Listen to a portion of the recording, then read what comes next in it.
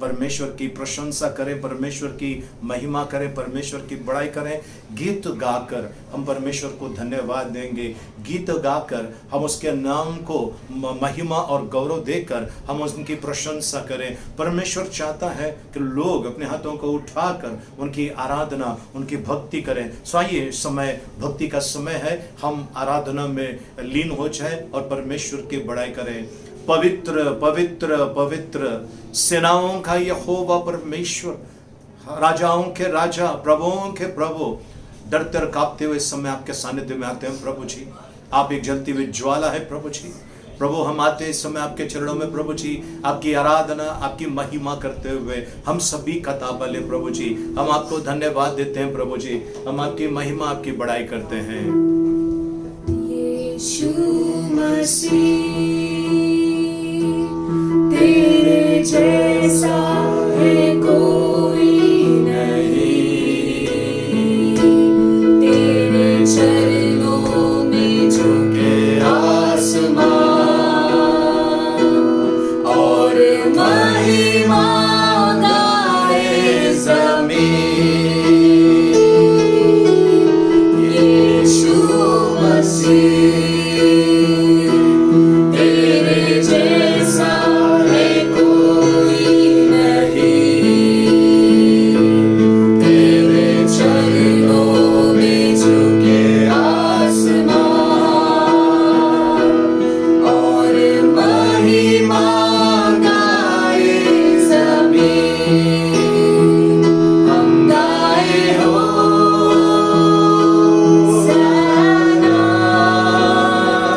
तू राजाओं का है राजा, तेरी महिमा होवे सदा। तू है प्रभु हमारा खुदा। हम गाए होसाना, तू राजाओं का है राजा, तेरी महिमा होवे सदा। तू है प्रभु हमारा खुदा। प्यारे पिता, हालेलुया, धन्यवाद देते तूने हैं हमसे इतना प्यार किया, धन्यवाद प्रभु जी, धन्यवाद धन्यवाद देते हैं। हमें पापों से छुड़ाने को अपने बेटे को कुर्बान किया। प्यारे पिता, तूने हमसे इतना प्यार किया, हमें पापों से छुड़ाने को अपने बेटे को कुर्बान किया। हम गाए होसाना, तू राजाओं का है राजा, तेरी महिमा होवे सदा। तू है प्रभु हमारा खुदा। हम गाए होसाना, तू राजाओं का है राजा, तेरी महिमा होवे सदा। तू है प्रभु हमारा खुदा। तू है प्रभु हमारा खुदा। पिता परमेश्वर, आपको धन्यवाद देते हैं, आपके नाम की स्तुति, आपके नाम की महिमा, आपके नाम की प्रशंसा करते हैं। प्रभु सचमुच प्रभु जी, आप भला परमेश्वर है, आपकी दया युगान युग की है प्रभु जी। प्रभु आकाश की ऊंचाई नापी जा सकती है, सागर की गहराई नापी जा सकती है, पर आपके प्रेम की गहराई नापी नहीं जा सकती है। हमसे प्रेम करने वाले प्रभु, बिना शर्त प्रेम करने वाले प्रभु, अगापे प्रभु जी प्रेम रखने वाले परमेश्वर, हम आपको धन्यवाद देते हैं, आपकी महिमा, आपकी बड़ाई करते हैं। प्रभु आपके जैसा कोई नहीं प्रभु जी। प्रभु जी आप राजाओं के राजा है, आप प्रभुओं के प्रभु है। हम आपको धन्यवाद देते हैं प्रभु जी, आपकी बड़ाई करते हैं, आपकी महिमा करते हैं। ऐ मेरे मन यहोवा को धन्य कहो, जो कुछ मुझ में उसको ही धन्य कहो। ऐ मेरे मन यहोवा को धन्य कहो, जो कुछ मुझ में उसको ही धन्य कहो। उसके किए हुए उपकारों को कभी नहीं भूलो, कभी भी नहीं भूलो। उसके किए हुए उपकारों को कभी नहीं भूलो, कभी भी नहीं भूलो। ऐ मेरे मन यहोवा को धन्य कहो, जो कुछ मुझ में उसको ही धन्य कहो। तेरे अधर्मों को माफ करता, लोगों को चंगा करता। तेरे अधर्मों को माफ करता, लोगों को चंगा करता। उसके किए हुए उपकारों को कभी नहीं भूलो, कभी भी नहीं भूलो। उसके किए हुए उपकारों को कभी नहीं भूलो, कभी भी नहीं भूलो। ऐ मेरे मन यहोवा को धन्य कहो, जो कुछ मुझ में उसको ही धन्य कहो। तेरी जवानी को काब के समान नया बना के चलाता सदा। तेरे जवानी को काब के समान नया बना के चलाता सदा। उसके किए हुए उपकारों को कभी नहीं भूलो, कभी भी नहीं भूलो।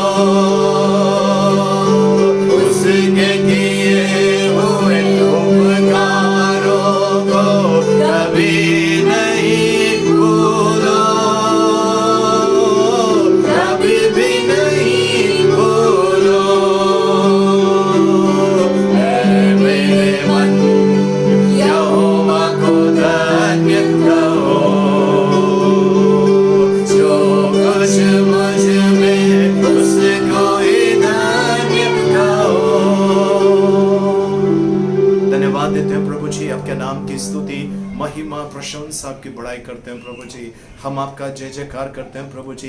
प्रभु परमेश्वर पिता धन्यवाद प्रभु जी, धन्यवाद देते हैं प्रभु जी। आपका गौरव महिमा, आपकी बड़ाई करते हैं यीशु मसीह के नाम में, आमेन आमेन। आइए प्रियजनों, इस समय हम पवित्र शास्त्र में जाएंगे इस समय, और परमेश्वर के वचनों में हम चलेंगे।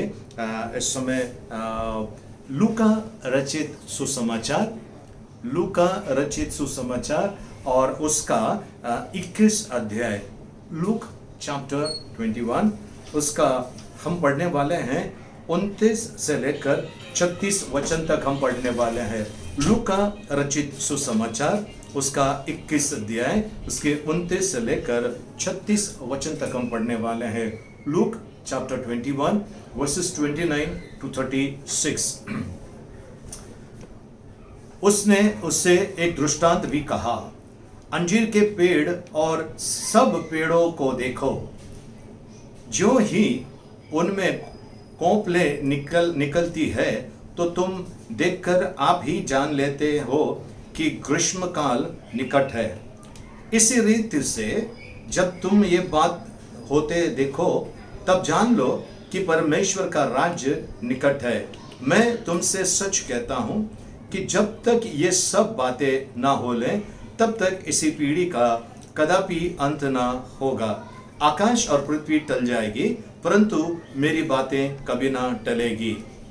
इसलिए सावधान रहो, ऐसा ना हो कि तुम्हारा मन खुमार और मतवालेपन और इस जीवन की चिंताओं से सुस्त हो जाए और वह दिन तुम पर फंदे के समान अचानक आ पड़े, क्योंकि वो सारी पृथ्वी के सब रहने वाले पर इसी प्रकार आ पड़ेगा। इसलिए जागते रहो और हर समय प्रार्थना करते रहो कि तुम इस सब आने वाली घटनाओं से बचने और मनुष्य के पुत्र के सामने खड़े होने के योग्य बनो। प्रभु परमेश्वर इन पढ़े वचनों के द्वारा में अनुग्रह से भरपूर करे। आमेन। आइए इस समय हम प्रार्थना करें। पिता परमेश्वर, हम आपको धन्यवाद देते हैं आपके पवित्र मीठे मधुर वचनों के लिए प्रभु जी। प्रभु इन वचनों के द्वारा आज आप हम सभी से बातें कीजिए, ऐसा हम प्रार्थना करते हैं। धन्यवाद देते हैं प्रभु जी, आपकी स्तुति, आपकी बड़ाई और आपकी प्रशंसा करते हैं यीशु मसीह के नाम में, आमेन। प्रियजनों, आप किसी कार में अगर बैठे हैं, आगे की तरफ बैठे हैं और आगे की तरफ जब आप देखोगे, सामने की तरफ जब आप देखोगे, जो शीशा लगा हुआ है साइड में जो शीशा लगा हुआ है, आईना लगा हुआ है, पीछे से जो कार आती है वो दिखने के लिए, उस कार में अगर आप देखोगे एक चीज, एक नोट लिखा हुआ मिलेगा। दोनों मिरर के अंदर आपको एक नोट मिलेगा। उस नोट के अंदर वहां पर लिखा हुआ ये है कि जो इमेजेस आपको दिख रहे हैं वो उससे भी ज्यादा करीब है, उससे भी ज्यादा करीब है। जो चीजें आपको दिख रही हैं उस शीशे में, उस आईने में, उससे भी ज्यादा करीब वो चीजें हैं। वैसे प्रियजनों, परमेश्वर का वचन आज आपको और मुझे यही कह रहा है। आप और मैं यदि आराम से बैठे हैं, कोरोना वायरस से हम प्रार्थना कर रहे हैं, आया है जाएगा, रुक जाइए प्रियजनों, ये सच बात नहीं है। ये अगर ऐसा सोचे कि ये बीमारी अगर आसपास में आए डर निर्माण करता है, आसपास में अगर आई डर निर्माण करता है, आसपास के पूरे इलाके बंद कर देते हैं। एक पास्टर साहब है जिन्हें मेरे ख्याल से कुर्ला के हॉस्पिटल में एडमिट किया हुआ है, उनके लिए प्रार्थना करेंगे हम। उनको भी कोविड-19 कोरोना वायरस का ये हुआ है। एक पास्टर साहब एंटॉप हिल पर वो प्रभु के घर चले गए और एक वीरेंद्र पाटिल पास्टर है, उनके भाई भी प्रभु के घर चले गए और काफ़ी लोग मौत आ रही है, काफ़ी लोगों के पास आ रही है। मैं आपसे कहना चाहता हूँ प्रियजनों, वो जो परमेश्वर के राह पर चलता है, वो जो परमेश्वर की बातों पर चलता है, उसको डरने की जरा भी ज़रूरत नहीं है। लेकिन मैं आपसे कहना चाहता हूँ, ये आपके और मेरे लिए एक बड़ी चेतावनी है कि यीशु मसीह का आगमन निकट है। जितना हम सोच रहे हैं उससे भी ज़्यादा निकट है। परमेश्वर का जो आगमन है वो हम जो सोच रहे हैं उससे भी ज़्यादा निकट है, उससे भी ज़्यादा निकट है। कैसे निकट है? कैसे? हम फिर से एक बार पवित्र शास्त्र में चलते हैं और उसमें लिखा है उसने यानी यीशु मसीह ने उनसे यानी अपने चेलों से एक दृष्टांत कहा, अंजीर के पेड़ और सब पेड़ों को देखो, ज्यों ही उसमें कोंपले निकलती है तो तुम देखकर आप ही जान लेते हैं कि ग्रीष्मकाल निकट है। इसी रीति से जब तुम ये बातें होते देखो तब जान लो कि परमेश्वर का राज्य निकट है। मैं तुमसे सच कहता हूँ कि जब तक ये सब बातें ना हो ले तब तक इस पीढ़ी का कदापि अंत ना होगा। आकाश और पृथ्वी टल जाएगी परंतु मेरी बातें कभी ना टलेगी। परमेश्वर का वचन कहता है जो चिन्ह आपको और मुझे दिखाई दे रहा है प्रियजनों, आसपास में जो चल रहा है, जो चिन्ह दिखाई दे रहा है, वो चिन्ह एक बड़ी चेतावनी आपको और मुझे दे रही है, एक बड़ी खतरनाक चेतावनी दे रही है कि ये क्यों हो रहा है, परमेश्वर ऐसा क्यों कर रहा है। परमेश्वर जो दयालु है, परमेश्वर जो कृपालु है, परमेश्वर जो विलंब से कोप कर रहा है, वैसा क्यों कर रहा है। इसके पीछे कई कारण हैं प्रियजनों, जैसा मैंने पिछली बार भी आपको बताया था, मैं फिर से दोहराना चाहता हूँ। कुछ राष्ट्र, कुछ देश ऐसे हैं जिन्होंने कुछ ऐसे नियम बनाए हैं, ऐसे नियम बनाए हैं जो परमेश्वर के वचन के विरोध में है, या हम कह सकते हैं कि वो परमेश्वर को चैलेंज कर रहे हैं, जो कि बड़ा खतरनाक है। क्यों परमेश्वर क्रोधित ना होगा। मुझे एक बात बताइए, आप ट्रेन में या बस में यात्रा कर रहे हैं, खड़े हैं और यात्रा कर रहे हैं, अगर किसी ने आपके पैर पे पैर रखा है, बूट रखा हुआ है, तब क्या होगी आपकी अवस्था। शायद आप नम्र स्वभाव के होंगे तो बोलेंगे भाई साहब थोड़ा सा हटा दीजिए आपका जूता, आपने मेरे पैर पे पैर जूता रखा है अपने। और उसके बाद क्या हो जाता है, ऐसा हो जाता है कि वो हटा देता है, सॉरी बोलता है, पर वो अगर नहीं हटाता और जोर से दबा देता है, तब आप क्या करोगे, आप क्रोधित हो जाओगे। बिल्कुल उसी तरह से परमेश्वर हर युग में लोगों को पश्चाताप करने, लोगों को मन फिराने के लिए कहते हैं। लोग तैयार नहीं है। जब संकट आते हैं उस समय अपने मन को फिरा लेते हो, संकट आते समय मन को फिराते हैं, और फिर जैसा संकट हट गया वापस वो अपने पुराने चाल चलन को लौट कर आते हैं, पुराने चाल चलन को लौट कर आते हैं। बाइबल कहती है प्रियजनों, फिर से एक बार हम चलते हैं परमेश्वर के वचनों में, 34 वचन में, लूक चैप्टर 21 वर्स 34, लूका रचित सुसमाचार 21 अध्याय का 34 वचन कहता है, 34 वचन कहता है, इसलिए सावधान रहो, ऐसा ना हो कि तुम्हारा मन खुमार और मतवालेपन और इस जीवन की चिंताओं से सुस्त हो जाए और वो दिन तुम पर फंदे के समान अचानक आ पड़े। इन दिनों में प्रियजनों, जब लॉकडाउन चल रहा है, इस लॉकडाउन के समय में काफ़ी लोग घर पे बैठकर बहुत कुछ करते हैं, टीवी देख रहे हैं, गेम खेल रहे हैं, कुछ लोग दिन में या कुछ लोग शाम के समय थोड़ा सा ग्लास लेकर बैठते हैं, है ना, कोई पिक्चर के गाने के धुन पर नाचते हैं और गाते हैं और एंजॉय कर रहे हैं। पर बाइबल कहता है फंदे के समान है, फंदे के समान है, एक फंदा है, एक भयानक फंदा है। कुछ गांवों के अंदर जंगली सुअर को पकड़ने के लिए एक केबल आता है, जो मोटरसाइकिल का केबल आता है, एक्सट्रूडर का केबल आता है, या ब्रेक का जो केबल आता है, वैसे एक केबल जो होता है वो डालकर रखा रहता है। और जब उसमें उसके थोड़ा सा जो फंदा बना है उसके थोड़ा सा आगे उसको खाना रखा रहता है, और जब सुअर उसके अंदर घुस जाता है, जंगली सुअर जब उसके अंदर घुस जाता है, वो और आगे निकलता है और फंदा और टाइट हो जाता है। बिल्कुल उसी तरह से प्रियजनों, शैतान ने फंदा डाल के रखा हुआ है, शैतान ने फंदा डाल के रखा हुआ है, और आपको उसने बिजी करके रखा हुआ है। आज आपको उसने बिजी करके रखा हुआ है, आप गेम खेल रहे हैं, पता नहीं क्या क्या कर रहे हैं, पर परमेश्वर को कितना समय दे रहे हैं। परमेश्वर ने ये समय दिया है कि हम उनके सानिध्य में आए।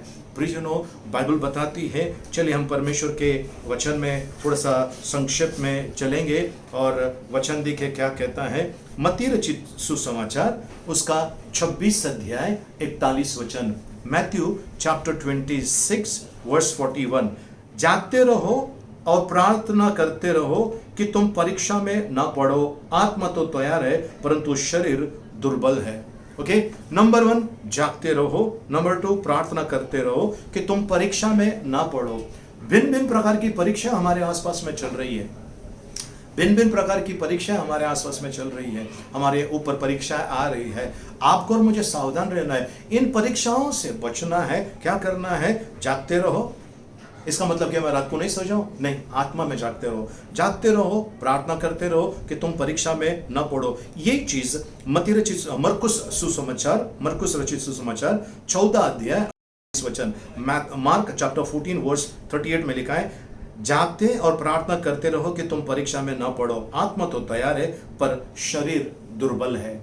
आत्मा तो तैयार है, शरीर दुर्बल है। जागते रहो, प्रार्थना करते रहो। ओके, पहले में लिखा है मैथ्यू 26:41, मत्ती 26:41 में लिखा है जागते रहो और प्रार्थना करते रहो। और मरकुस 14:38, मार्क चैप्टर 14 वर्स 38 में लिखा है जागते और प्रार्थना करते रहो कि तुम परीक्षा में न पड़ो। आत्मा तो तैयार है पर शरीर दुर्बल है। प्रियजनों, हम एक आदत बनाए इस समय परमेश्वर के सानिध्य में बैठने का, व्यक्तिगत रीति से प्रार्थना करने का। हम सब पारिवारिक प्रार्थना तो हम सब लोगों ने चालू कर ही दिया है, ठीक है, परमेश्वर को धन्यवाद। जिन घरों में नहीं होता था उन घरों में भी शुरू हो गया है, परमेश्वर की बड़ी कृपा है, इसके लिए परमेश्वर को धन्यवाद। लेकिन अब हम लोगों को व्यक्तिगत प्रार्थना की तरफ ज्यादा ध्यान देना है। पारिवारिक प्रार्थना और व्यक्तिगत प्रार्थना दोनों में ज्यादा ध्यान देना बहुत जरूरी है। आप व्यक्तिगत प्रार्थना करते हो उस समय आपका जो रिश्ता है, व्यक्तिगत रिश्ता जो परमेश्वर के साथ में है, वो बड़ा मजबूत होता है। ओके, आगे कहता है मरकुस रचित सुसमाचार, उसी में 13 अध्याय उसका 33 से लेकर हम 37 तक पढ़ेंगे। Mark chapter 13 versus 33 to 37। देखो, जागते और प्रार्थना करते रहो क्योंकि तुम नहीं जानते कि वो समय कब आएगा। हालेलुया, परमेश्वर के पवित्र नाम की स्तुति हो।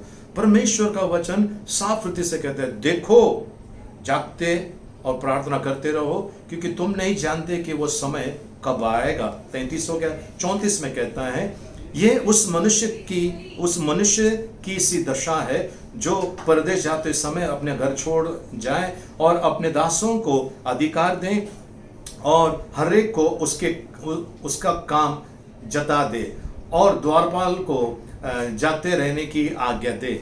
इसलिए जागते रहो क्योंकि तुम नहीं जानते कि घर का स्वामी कब आएगा, सांझ को या आधी रात को या मुर्गा बांग देने के समय या भोर को। परमेश्वर का पुत्र का आगमन कभी भी हो सकता है। परमेश्वर के पुत्र का आगमन कभी भी हो सकता है। इसके लिए वो कहता है, इसलिए जागते रहो क्योंकि तुम नहीं जानते कि घर का स्वामी कब आएगा, सांझ को या आधी रात को या मुर्गा बांग देने के समय या भोर को। वो कभी भी आ सकता है। जागते रहने के लिए कहता है। 36 वचन कहता है, ऐसा ना हो कि अचानक आकर तुम्हें सोते पाए और जो तुम कहता हूँ और जो मैं तुमसे कहता हूँ वो सबसे कहता हूँ, जागते रहो। प्रियजनों, बड़ा कठिन समय आने वाला है। ये कठिन नहीं है, इससे भी कठिन। आज भोर में करीब 3:20 पर मैं प्रार्थना में बैठा था और उस समय मैंने परमेश्वर से कहा, परमेश्वर, आमोस की किताब 3:7 में लिखा है कि आप कहते हैं कि आप जो भी करने के पहले अपने दासों को बताते हैं। फिर आपने मुझे क्यों नहीं बताया? आपने ये आने वाला ये कोरोना वायरस आपने मुझे पहला बताना था, क्यों नहीं बताया? और तब मुझे परमेश्वर ने याद दिलाया।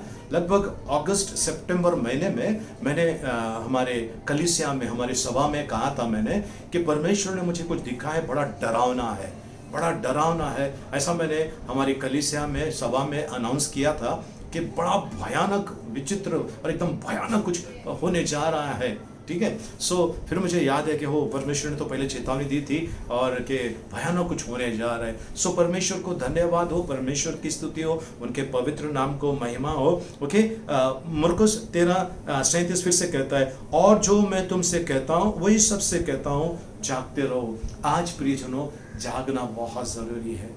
आप जो काम पर जा रहे हैं, कुछ लोग काम पे जा रहे हैं, मैं जानता हूँ, कुछ लोग गांव में इस समय खेती में काम चल रहा है, कटाई चल रही है, या उसका सब गेहूं का सब साफ सफाई चल रही है, या कोई आप जो विदेश में हैं, कुछ लोग मुझे कुवैत में देख रहे हैं और कुछ लोग मुझे और भी बाहर गाँव में और भी जगह पे देख रहे हैं। मैं आपसे कहना चाहता हूँ प्रियजनों, आप अगर आपका काम चालू है, प्रेज़ द लॉर्ड, संगति बना के रखिए परमेश्वर से, रिश्ता बना कर रखिए परमेश्वर से, वरना वो समय आएगा और वो बड़ा कठिन समय होगा, उस समय कुछ नहीं होगा।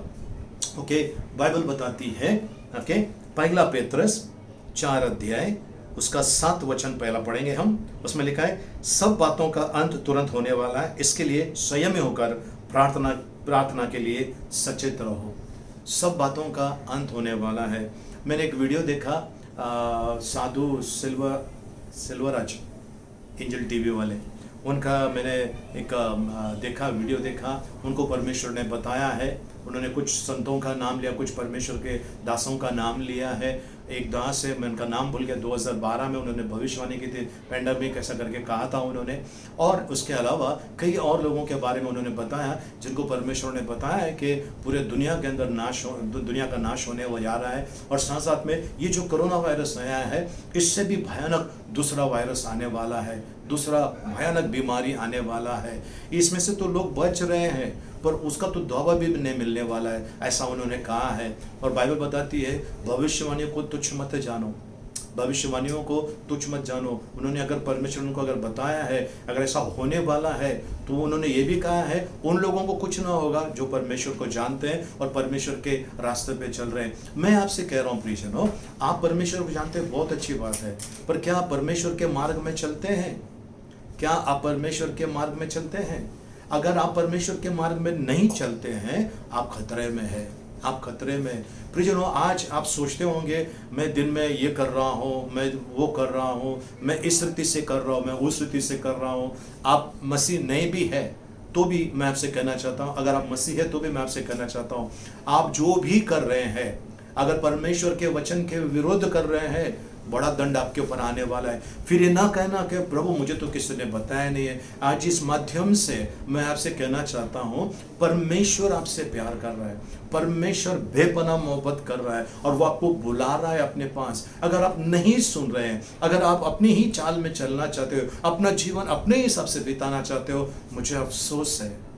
उस दिन प्रभु कहेगा मैं तुझे नहीं जानता हूँ, मैं तुझे नहीं जानता हूँ, मैं तुझे नहीं पहचानता हूँ। कहीं ऐसा ना हो जाए आपके साथ में प्रियजनों। इसके लिए आपको बड़ा चेतावनी आपके और मेरे लिए परमेश्वर दे रहा है, ठीक है।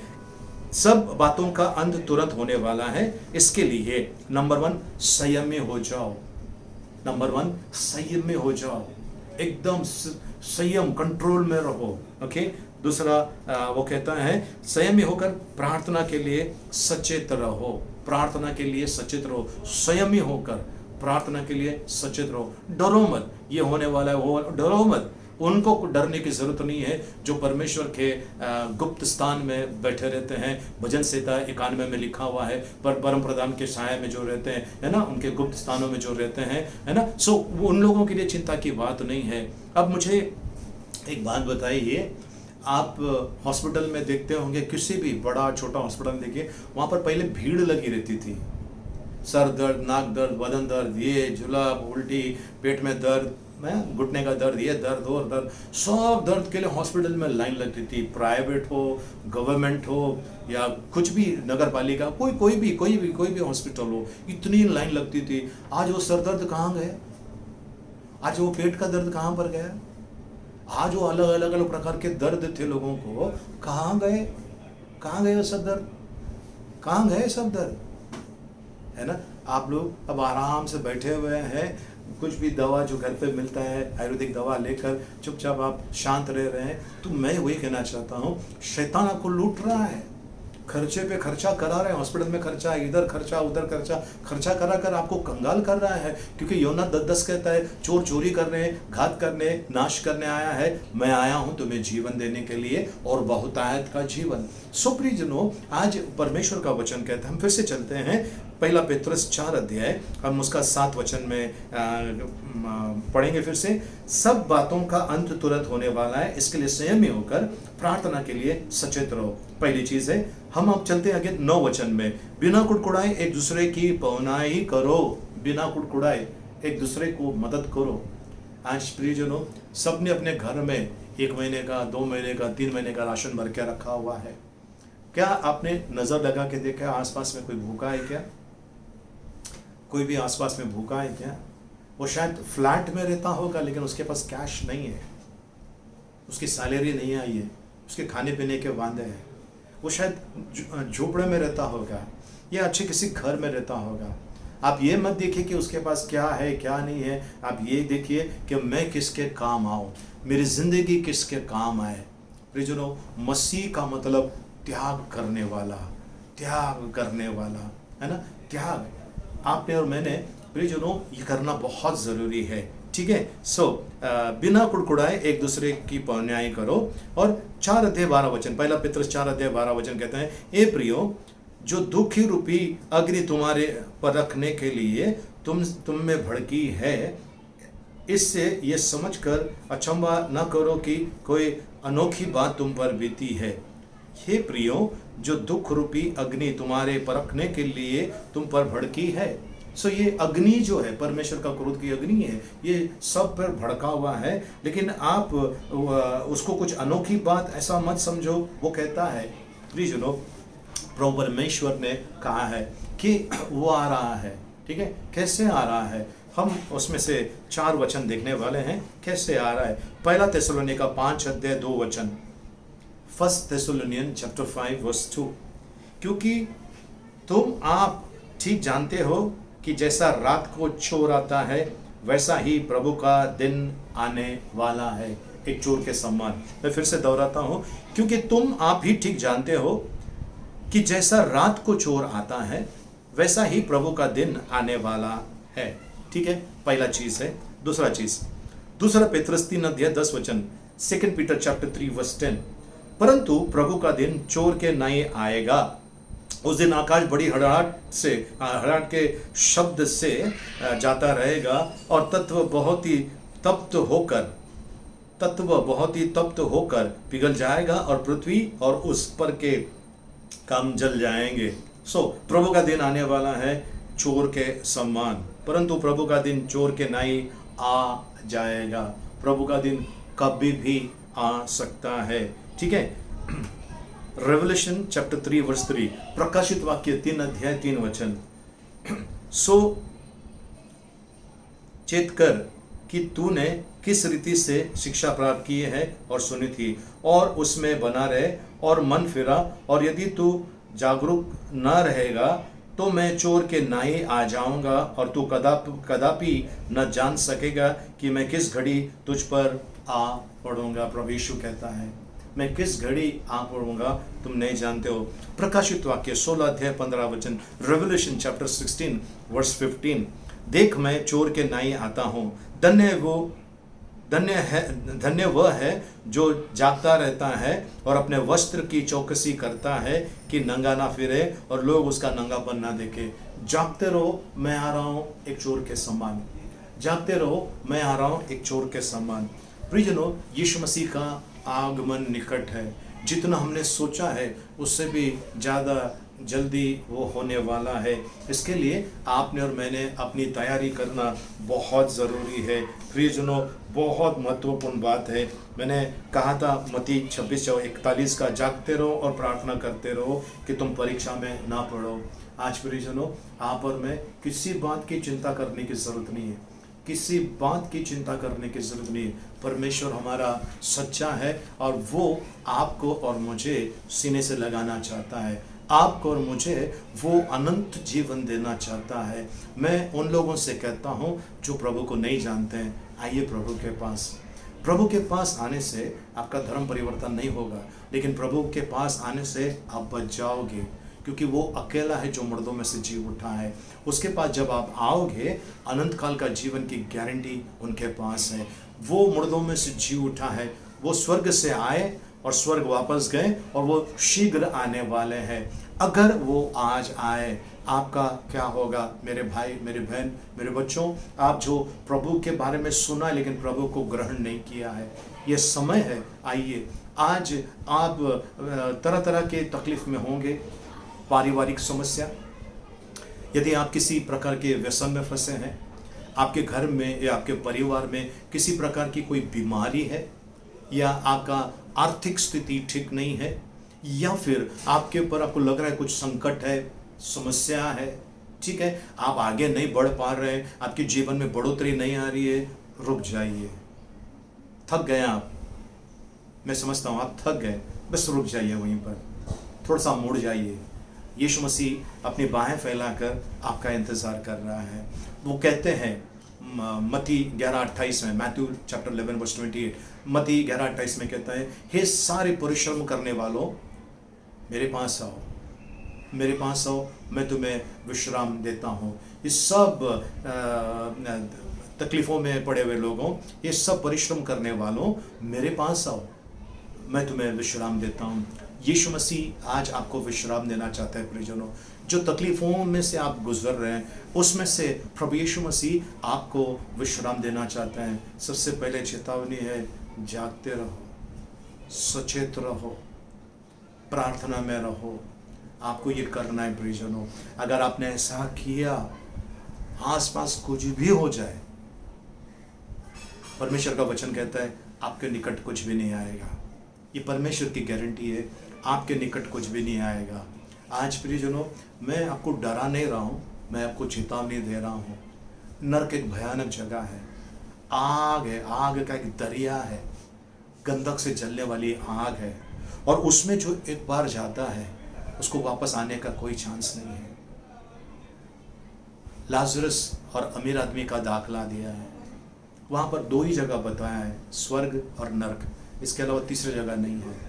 और ये जो अमीर आदमी है वो मर जाता है, और वो देखता है कि उसके पहले जो लाजरस मर गया था, लाजरस अब्राहम के गोद में बैठा हुआ है और ये नीचे आग में तड़प रहा है। तब वो कहता है कि अब्राहम पिता, मेरी ज़बान जलकर सूख गई है। लाजरस से कहना, लाजरस बदन पे फोड़े थे एकदम, उसका शरीर में इतना वो था, गंदगी था, बांस कुत्ते आके चाटते थे, वो मिट्टी के बर्तन से वह सब साफ़ करता था, जो निकलता था बदन से, जो पानी निकलता था, सब गंदा खून निकलता था, वो साफ़ करता था। वो तो उसको बोलना, उसका उंगली का एक सिरा पानी में डुबा कर मेरी ज़बान पर रखने के लिए मेरी ज़बान जल रही है। और तब अब्राहम ने कहा, बेटा वो वहाँ का कोई यहाँ नहीं आ सकता, यहाँ का कोई वहाँ नहीं जा सकता है, तो अब क्या करना है? बोलता है, मेरे तो 5 भाई हैं, और मेरे और 5 भाई है, मैं तो यहाँ जल रहा हूँ, मेरे और 5 भाई है, वो ये पीड़ा की जगह में ना है। तो उन्होंने कहा कि उनके लिए किताबें हैं, नबियों की किताबें हैं, यानी पवित्र शास्त्र है, वो पढ़ें और वो मुड़ जाएं। प्रियजनों, एक व्यक्ति बाइबल के अंदर योना नाम का था। योना जूना करार में है। योना, वो परमेश्वर ने उसको एक आज्ञा दी थी कि आपको जाकर ये संदेश देना है, चेतावनी देना है। और वो जब परमेश्वर ने कहा जा, तो इनको पता था अब मैं वहाँ जाऊँगा, वहाँ के लोग पश्चाताप करेंगे, रोएंगे, टाट का कपड़ा पहनेंगे, उपवास करेंगे। तो परमेश्वर जो दया का धनी है, जो तुरंत पिघल जाता है, तो मैं अगर जाकर उनको चेतावनी दूं कि तुम्हारा नाश होने वाला है, परमेश्वर ने मुझे भेजा है, तुम्हारा नाश होने वाला है, तुम अपना पाप का रास्ता छोड़ो, ये बोलने के लिए अगर मैं जाऊंगा तो ये लोग सुनेंगे, ठीक है, थोड़ा देर पश्चाताप करेंगे, फिर परमेश्वर अपना कोप शांत करेगा और फिर इन लोग वापस वही लाइन में आने वाले हैं, जाकर क्या फ़ायदा। ये सोचकर उसने क्या किया, उसको जाना था जहाँ पर, वो जगह छोड़कर दूसरी जगह पे गया, और वहाँ तूफान आया। तूफान आने के बाद सारा सामान जहाज का डालने के बाद भी फिर भी उनमें से किसी ने कहा, किसी एक आदमी ने पाप किया जिसकी वजह से हमें दंड मिल रहा है। तब उसने, योना ने कहा कि मैंने वो पाप किया है। उसको उठाकर पानी में जब डाल दिया, वो जब पानी में गया तो एक मछली उसका इंतज़ार कर रही थी। मछली के पेट में वो रहा 3 दिन, वो मछली के पेट में रहा, 3 दिन 3 रात मछली के पेट में रहा। और प्रियजनों, मछली जो उसको निगल गई थी, आप समझ सकते हैं मछली के पेट के अंदर कैसा सब गंदा होगा, कितना सारा गंदा होगा। वो मछली ने जब उसको निगलने के बाद उसको एहसास हुआ, मैंने परमेश्वर के वचन के विरुद्ध में जाकर पाप किया है। उन्होंने पश्चाताप किया।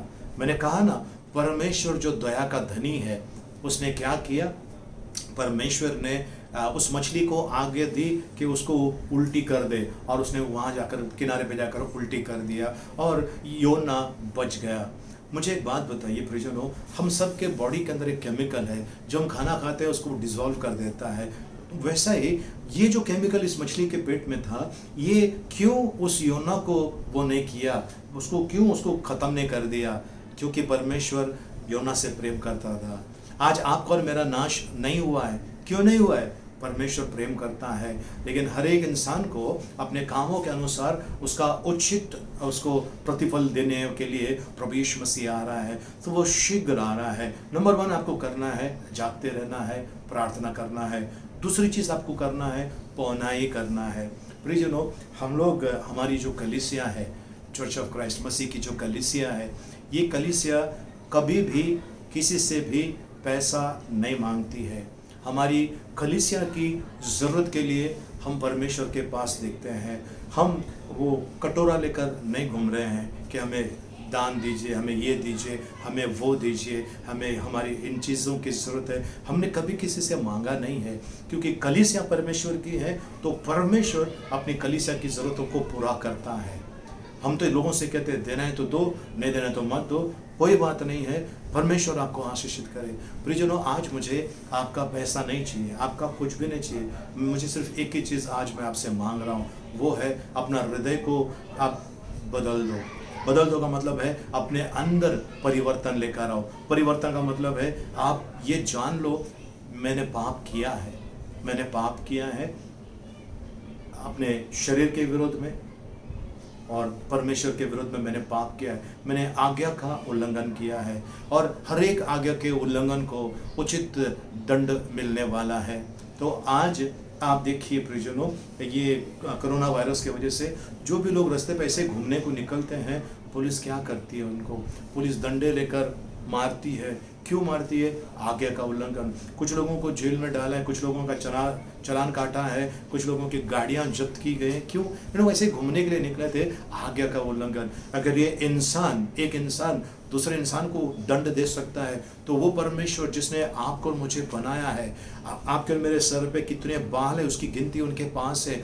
दरिया के किनारे पर जो भालू है उसके कितने कण है उसकी हिसाब रखने वाला परमेश्वर, जिसने तारों को अनगिनत तारे बनाया है, जिनको उन्होंने वो नाम जानता है परमेश्वर। उतने सारे तारे बनाए जो आज मानव जाति को मालूम भी नहीं है। इतने सारे तारे परमेश्वर ने बना के रखा हुआ है। ठीक है, तो ये सारी चीजें परमेश्वर ने बना के रखा है। परमेश्वर का वचन कहता है, 1 कुरिन्थियों 2:9 में लिखा हुआ है, जो आंख ने नहीं देखा, जो कान ने नहीं सुना, जो मनुष्य के चित्त में नहीं आया, ऐसी सारी बातें परमेश्वर ने तैयार करके रखा है उन लोगों के लिए जो परमेश्वर से प्रेम करता है। प्रियजनों, मैं आपसे यही कहना चाहता हूँ कि जब आपकी और मेरी इस धरती की यात्रा खत्म हो जाए तो क्या होगा? हमारे लोग या तो जला देंगे या फिर कब्र में गाड़ देंगे। ठीक है, या तो जला देंगे या तो कब्र में गाड़ देंगे या फिर बॉडी हॉस्पिटल को दे देंगे, भाई आपको जो करना है कर लो, है ना। ये 3 चीज़ होती है। या फिर कुछ और कोई तरीका होगा। कुछ लोगों को पत्थर बांध कर नदी के अंदर डाल देते हैं, ऐसे शरीर को पत्थर से बांध कर नदी के अंदर डाल देते हैं। कुछ लोग आकाश में उड़ने वाले पंछियों के लिए खाना बना कर दे देते हैं। अलग अलग तरीका है। लेकिन ये शरीर का अंत हो गया, आत्मा का क्या? आत्मा का क्या? शरीर से आत्मा निकल गया, वो कहाँ जाएगा? प्रियजनों, परमेश्वर का वचन कहता है, प्रकाशित वाक्य उसका 21 अध्याय में लिखा हुआ है कि दूसरी मृत्यु वो आग और गंधक में होगी। दूसरी मृत्यु, पहला शारीरिक, दूसरा जो है आत्मिक मृत्यु, हमेशा हमेशा के लिए परमेश्वर से अलग किए जाए। प्रियजनों, आप लोगों ने, मैंने, हम सभी ने मिलकर कितनी बार दान किया होगा, गरीबों को मदद की होगी, गरीब लोगों को खाना खिलाया होगा, कपड़े दिए होंगे। कुछ लोगों का पैसे अगर लिए हैं आपसे तो आपने बोल दिया होगा चलो मैं माफ़ कर देता हूँ, छोड़ दो, पैसा वापस देने की ज़रूरत नहीं है। आपने कितने लोगों पर रहम किया होगा, आपने कितने लोगों के साथ में क्या क्या किया होगा। लेकिन आज मैं आपसे कहता हूँ, अगर आपने परमेश्वर को अपनाया नहीं, आपका सारा का सारा किया करा धरा का धरा रह जाएगा। इसके लिए परमेश्वर के पास आओ। वो जीवित परमेश्वर, पिता परमेश्वर, यूहन्ना 3:16 कहता है, परमेश्वर ने जगत से ऐसा प्रेम किया, अपने इकलौते पुत्र को दे दिया, ताकि जो कोई भी उससे विश्वास करे उसका नाश ना हो, परंतु अनंत काल का जीवन उसको मिले। परमेश्वर पर विश्वास करना है, परमेश्वर के पास आना है प्रियजन आपको और मुझे, और परमेश्वर की आराधना करना है। और कैसी आराधना? हमें कोई सिखा रहा है वैसी आराधना नहीं, जैसा परमेश्वर चाहता है। आत्मा में और सच्चाई में परमेश्वर की आराधना करना है। आत्मा में और सच्चाई में परमेश्वर की आराधना करना है। तो प्रियजनों, आप आइए परमेश्वर के पास। आप जो कोई भी है भाई, जो कोई भी आप बहन है, आप कर्ज में डूबे हैं, आप परेशानी में डूबे हैं, यीशु मसीह का कंधा मजबूत है। यीशु मसीह का कंधा ऐसा मजबूत है, उनके कंधे पर सर रख कर भी आप आराम से रह सकते हो, चैन से आप रह सकते हो। परमेश्वर अपने दासों को मीठी नींद देता है। तो आप आइए परमेश्वर के पास, और ये परमेश्वर आपको पहला चीज़ करना है जागते रहना है, दूसरा चीज़ प्रार्थना, जागते रहना है, प्रार्थना करना है। दूसरा चीज़ है जो मैंने आपको बताया था, आप हो सके किसी की मदद कीजिए, हो सके किसी की मदद कीजिए। अभी मुझे एक मैंने वीडियो देखा, उसके अंदर है कि किसी ने अनाउंस किया कि मैं 1 किलो आटा दे रहा हूँ, रात को 1 बजे आटा दे रहा हूँ, 1 किलो आटा। तो कुछ लोगों ने बोला यार इधर रात को कौन जाएगा, 1 किलो आटे के लिए कौन जाएगा, छोड़ो बोलकर। दूसरा कोई आएगा तो ज़्यादा राशन देगा, वो ले लेंगे। और जो लोग गए उन्होंने वो 1 किलो आटा लिया। आटा लेकर जब वो घर पर आए, घर पर आने के बाद वो आटे को जब ये करने लगे, हर एक जो 1 किलो आटे के अंदर 15-15 हज़ार रुपया उसके अंदर पड़ा हुआ था। तो जो गया आटा लेने के लिए उसका फायदा हो गया, जो बोलेंगे छोड़ो यार 1 किलो आटे में क्या होता है, नहीं जाएंगे, उसको वो 15,000 रुपया उसका नुकसान हो गया। तो आज मैं आपसे कह रहा हूँ प्रियजनों, परमेश्वर आपको अनंत काल का, अरे अनंत काल का जीवन कौन जानता है, यहाँ का ये जीवन भारी पड़ा, नहीं, अनंत काल का जीवन है।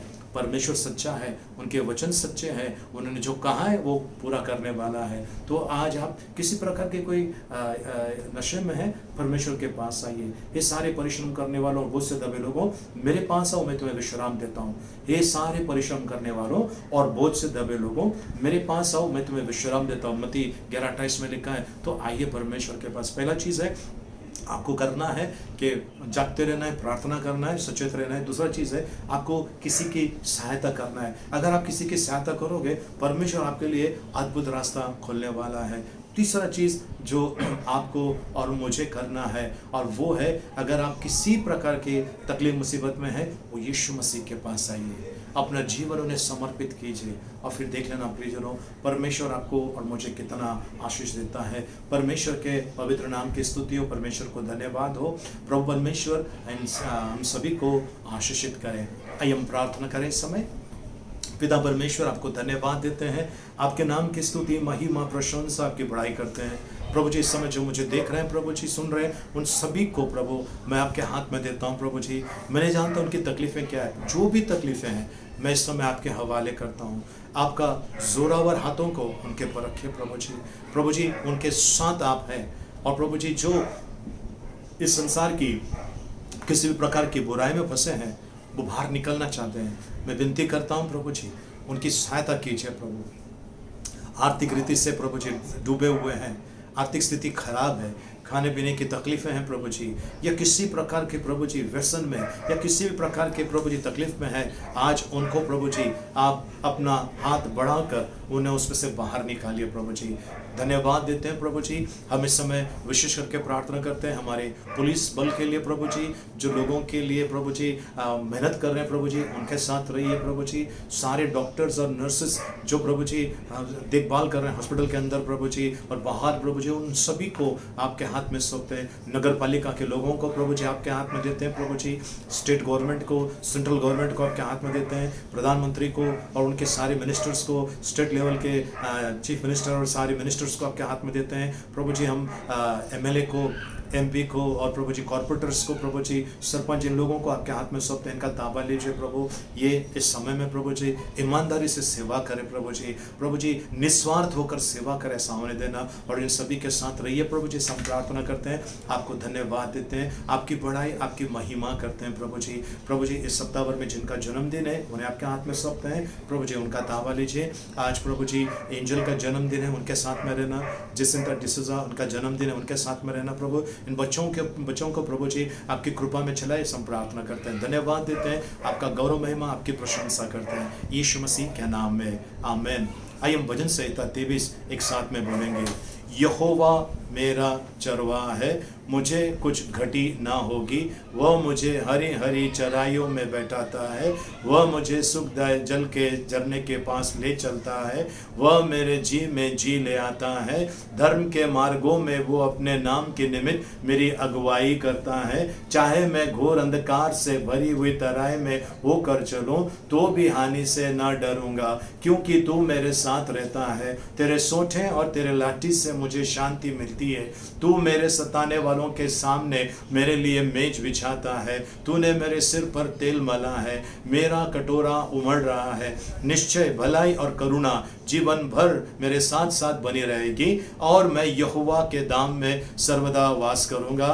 आमीन आमीन। प्रभु आप सभी को आशीषित करें और अनुकंपा से भरें। और हम इतवार के दिन सुबह 10 बजे फिर मिलने वाले हैं, ऑनलाइन लाइव, फेसबुक पे भी और यूट्यूब पे भी।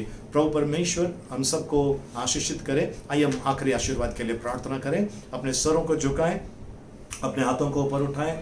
अब पिता परमेश्वर का प्रेम, प्रभु यीशु मसीह का अनुग्रह और पवित्र आत्मा की सहभागिता अब से लेकर सदा तक हम सब के साथ में बनी रहे।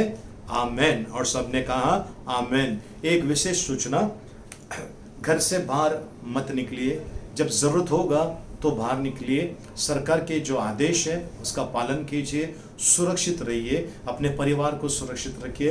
हैंड सैनिटाइजर है उसका इस्तेमाल करना, और जो भी बाहर का सामान लेते हैं उसको अच्छी तरह से धोकर इस्तेमाल करना। और बार बार मत जाइए, घूमने के लिए मत जाइए, किसी को मिलना है तो मत जाइए, फ़ोन पे बात कीजिए, व्हाट्सएप पे चैट कीजिए, लेकिन प्लीज़ बाहर मत जाइए। अपने आप को सेफ रखिए और प्रार्थना में समय बिताइए। प्रभु परमेश्वर हम सबको अनुग्रह से भरपूर करें। जय मसीह की।